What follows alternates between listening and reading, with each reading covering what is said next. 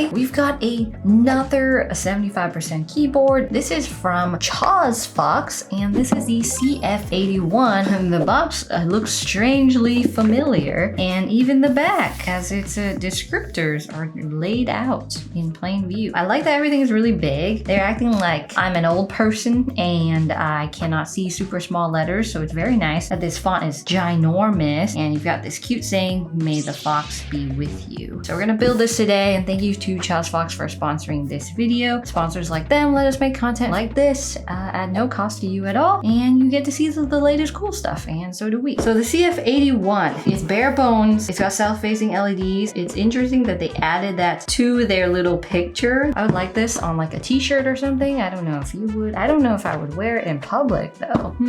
That is something to consider for another day. Toss it open. We got two accessory blocks, two white ones of the same size. ChazFox also sent me 5 switches, and we'll decide together which one is the best switch to use. We've got tools, a Allen wrench, also got a coiled cable, and this is definitely one of the nicer coiled cables that I've seen around, especially included with a keyboard already, and it's got an aviator. This end is really fancy as well. It looks like it won't fit into every keyboard, but it is quite nice. And then you've also got stabilizers here. It looks like they're probably not pre-lubed if they're sending it to me in a little bag like this. So these are screw-in. I'm not sure what brand they are, but they sure look like they're rock screw-in stabilizers. And here's the other side of the coiled cable. We've got the nice ends, and this is more of a beige white color. It's braided. It's a pretty good length too, and it's nice and straight instead of being like all cobbled up like that. And then you've got the keycap and switch puller. I have like 30 of these. I have so many. And we've got the keyboard and the manual. We've got a VIA installation guide. That's cool. I've actually never seen someone explain VIA. They'll just usually be like, hey, go to VIA and you'll figure it out. Very nice. So here's our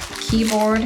We have gaskets here. Maybe they didn't put gaskets in the keyboard. It looks pre-built, but it's not. So that's an unfortunate circumstance. We've got a knob here. The knob is nice and tactile. Got a paw print. I'm assuming for the fox part of it, although it looks sort of like a dog, but it has claws. So that's a fox probably. ChazFox logo. So no weight on the back or anything. It's not super duper heavy, but it's definitely not a lightweight keyboard either. We'll take it apart because we gotta put in gaskets, stabilizers, and then can put in switches and keycaps. It's a process. This is definitely a process. The price actually is not bad. White is about $6 more expensive than black, but I think that's just because it's a different coating. There's one review from Alex. There are a lot of best budget 75% out there, but this one truly deserves a top spot. I expected it to be aluminum, but this is seriously hefty. It feels like it should be a $300 keyboard. One thing that surprised me was a high quality cable. You know, I agree with that, Alex. Definitely shocked me as well. So this guy, Alex, seems like some kind of keyboard connoisseur. He does recommend it for the average person. He is very happy with this keyboard. Everything came out except one. They're screwed in so tightly that the lower leverage Allen wrench doesn't quite get in there. We are in unfortunate land. I might have some power tools. This just is not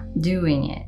This little thing. After various difficulties using all of my tools, these bad boys did it. Major downside number 1, the size of these screws are way too short to be that deep in there. To not be able to use the more leveraged side of the hex screw, chances are a machine screwed them in too tight. So top case, we got room for the gaskets. We got the plate, nice and bendy, a ton of flex cuts, various layers of foam. Wow, my gosh. We've got everything in here. It's almost like it didn't make sense for them to pre-build it for me, because now I just have to take everything apart and put it all back together again. Had the screws come not screwed in, I would have saved myself like 30 minutes. So these are unlubed. They are built, but they are unlubed, which means I have to take them apart and build them again, which really defeats the purpose of them being assembled. Yeah, cool. Very cool. Kinetic Labs 205G0 and GS2. At the end of the day, although I may sound quite mad, and I think I am a little bit, that there's just so much extra work in this that really shouldn't have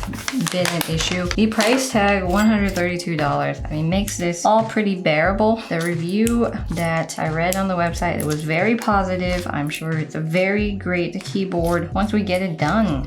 Next is to put gaskets on the plate. A lot of steps for a newbie, beginner-friendly keyboard build. And I would say it is pretty beginner friendly if it came with a guide. That probably would be my number 2 piece of feedback. Well, thank goodness it's like an easy thing to fix too. So we've got a ton of different switches today by ChozFox. This one with a white stem and a light blue housing that's clear is called the Kailh Arctic Fox switch. Oh, yep, that is a clicky switch. I'm just gonna say no to this one right now. No, thank you. Then we have this one, a light pink housing with a dark pink top, a linear Prelude switch, very viable option. Next one called the Summer Lime Silent Linear Switch. Only $5.50 for 10 switches. For this whole keyboard, it'd be over $80. Ooh. Next one, sort of a matcha look, a tactile switch. It's not silent, but it makes almost zero sound. I don't like how quiet it is. So the last one, clear top, dark blue stem, and a light blue bottom housing. This is a long pole tactile, definitely more audible. This is nice. Let's go with the ChozFox J-Wick Voyager tactile switch today. It is $20. So if you want enough for this, it'd be $60 of switches. A little pricey, but with the cost of the keyboard, we're only looking at $190 so far. I put the case back together. The switches are in. Knob is back in. All that's left are the keycaps. So this was sent to me from Ocean Amber. They've got 3D Legends inside the keycaps. So it's not like double shot. It's not like die sub or whatever. It's like actual legends inside the plastic, and it's see-through. You can sort of see the legends inside it. Sure, the yellow legends are sort of difficult to see, which I did not calculate, but maybe that would just make it look cooler. These yellow legends inside the keycaps themselves, never gonna wear down. Let's see what other colors they have. They have grayish green, gray, green, and brown and blue. Tell me, which one do you like the most? Looking at just the renders, I would say the gray is pretty sleek. Kickstarter will be live soon, so stay on the lookout. Clear keycaps, coming all the rage this year. This is stuck. No. Alright, well, we're just gonna leave it. I'll fix it another day. I must have put in the housing the wrong way. Dang it. We don't talk about this.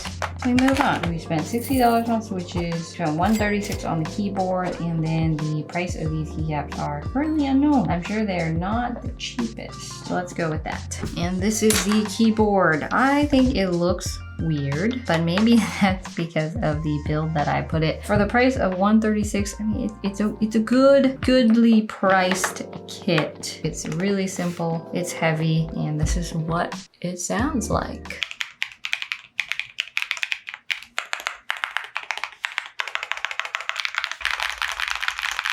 Very nice. And that's it.